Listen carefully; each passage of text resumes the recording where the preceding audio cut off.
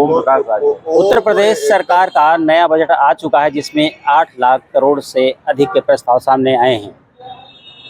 प्रयागराज महाकुंभ जिसे लेकर पूरे देश और प्रदेश की निगाहें हैं, उससे जुड़ा हुआ शहर प्रयागराज में के लिए इस बजट में क्या मिला है और क्या सोचते हैं यहाँ के लोग, बात करते हैं। कुछ तो सस्ता लो, सब बढ़िया लो, इसमें क्या खास बात है? थोड़े में ज्यादा स्वाद, यही तो है इसकी खास बात। लेकिन सबसे पहले आपसे जानना चाहेंगे, प्रयागराज को क्या मिला, उससे संतुष्ट हैं आप लोग? प्रयागराज को जो मुझे अभी बजट में जानकारी मिली है, 2 पुल मिल रहे हैं, एक यमुना पर और एक गंगा पर, और प्रयागराज की नीड थी भी मुझे लगता है। और जितनी चीज़ों में है, एक पुल तो अभी एक काफ़ी लंबा वाला पुल बेली के कछार की तरफ हो ही गया है, तो ये 2 पुल बड़े इंपॉर्टेंट है जो मिले हैं और इसकी आवश्यकता भी थी। और रेगुलर डेवलपमेंट तो उसमें ही प्राविधान है कि महिलाओं के उत्थान के लिए होगा, सनातन धर्म से जुड़े लोगों के कंसेप्ट पर काम होगा, तो काफ़ी अच्छा बजट है। और इस बजट से, योगी जी के इस आध्यात्म बजट से हम संतुष्ट भी हैं। जी वकील साहब, उत्तर प्रदेश में प्रयागराज को कहा जाता है कि वकीलों का भी शहर है। बजट में क्या मिला आप लोगों को, क्या कुछ? देखिए, अधिवक्ताओं के लिए आसपास इतनी जाम लगती है, पहले से सबको सब विदित है। अभी इस बार महाकुंभ में भी लोगों को बहुत परेशानियों का सामना करना पड़ा है, तो उसके लिए कहीं एक बाईपास ओवर ऐसा हो कि निकल जाए। पार्किंग की व्यवस्था तो बन ही रही है, बट इस बजट में हम समझते हैं कि ठीक ठाक ही है जो भी चीज़ें हैं, लेकिन कुछ भौतिक संसाधनों का भी विकास होना जरूरी है। जैसे कि जो गलतियां इस बार हुई, लोगों की परेशानी हुई, तो 2 ओवरब्रिज से ही संतुष्ट नहीं हो सकता। अभी आप लखनऊ में जाइए, देखिए वहाँ मल्टीपल टाइप के कितने जो है ओवरब्रिज बने हुए। तो जो यहाँ की जनसंख्या है उसके अनुरूप बजट बढ़ना चाहिए और पुलों की आवश्यकता के हिसाब से भी ज़्यादा होना चाहिए। जैसे कि अभी आप देखेंगे, अंदावा जाना हो, आपको बनारस जाना हो, ओनली वन सिर्फ 1 पुल है, सबसे ज़्यादा जाम वहाँ पे लगा है। महाकुंभ में भी जाम बड़ी समस्या थी। और जो झूसी साइड से रहने वाले हैं, वहाँ से यहाँ आने के लिए 4-4-5, अभी पेपर में बजट हुआ था, जबलपुर से आया एक स्नार्थी जो है 5 घंटे पहुँचा है अंदावा से यहाँ संगम तक आने के लिए उसे 6 घंटे टाइम लगा है। तो सबसे ज्यादा जरूरत इस समय ओवरब्रिज की आपकी झूसी साइड में है। नहीं, इस पर भी हुआ है, इस पर भी काम हुआ है, जो वकील साहब ने कहा है, इस पर भी बजट में प्राविधान है। मैंने देखा है, कायदे से देखा है। गंगा एक्सप्रेसवे का निर्माण हो रहा है एक नया, और यमुना एक्सप्रेसवे तो हो ही रहा है, उसका एक्सटेंशन भी सोनभद्र और यहाँ तक गंगा एक्सप्रेसवे जा रहा है। तो एक नया रास्ता और मिलेगा और मिल रहा है, वो भी प्रयागराज को जोड़ेगा। तो ऐसा बजट में भी है। तो मुझे लगता है कि जो भीड़ जाम की समस्या थी, 2 पुल और एक ये जो गंगा एक्सप्रेस में बनेगा, इससे ये लाभ मिलेगा और भीड़ की समस्या से भी निजात मिलेगा। आम आदमी के लिए क्या है बजट में, आपको दिख रहा है कुछ? आम आदमी के तो उत्तर प्रदेश सरकार की बहुत ढेर सारी योजनाएं हैं जो आम आदमी तक पहुंच रही हैं, और निश्चित रूप से इस बजट से आम आदमी को लाभ मिलेगा।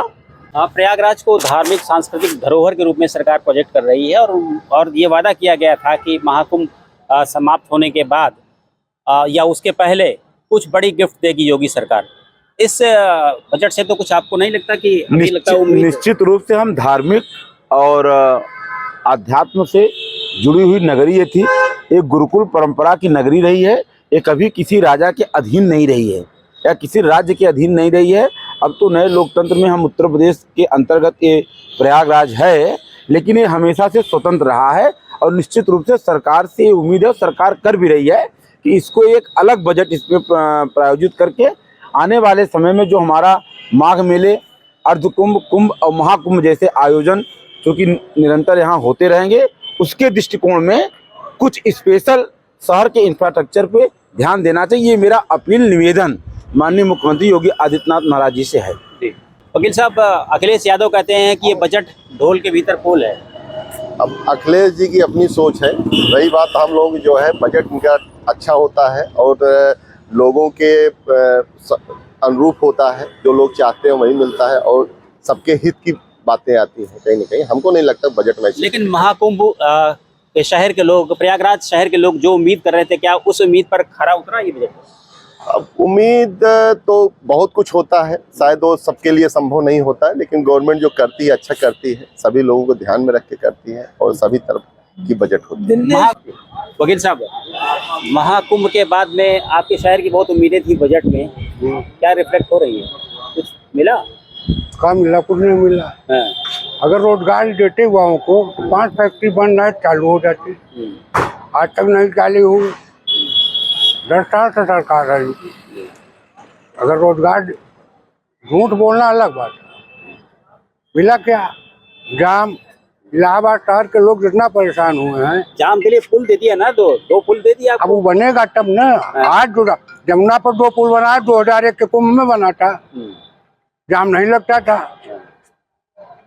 सब चिल्लाने उसके लिए सब हो रहा है। संतुष्ट नहीं है। हाँ? बताइए, वकील साहब कह रहे हैं कि अभी भी जाम का जाम लगा हुआ है। नहीं, जब देखिए विकास होता है तो निश्चित रूप में थोड़ा बहुत कठिनाइयां तो होती हैं, और हमको आपको तो गौरवान्वित होना चाहिए कि विश्व का इतना बड़ा समागम हुआ, इतने लोग आए।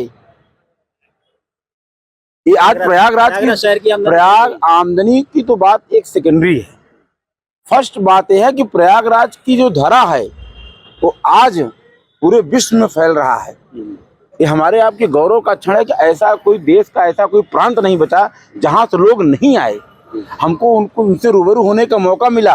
पता नहीं हम वहां तक जा पाते कि नहीं जा पाते, लेकिन इतने बड़े आयोजन में इतने लोग आए। निश्चित रूप में हमारे उत्तर प्रदेश के मुख्यमंत्री योगी आदित्यनाथ जी बधाई के पात्र हैं।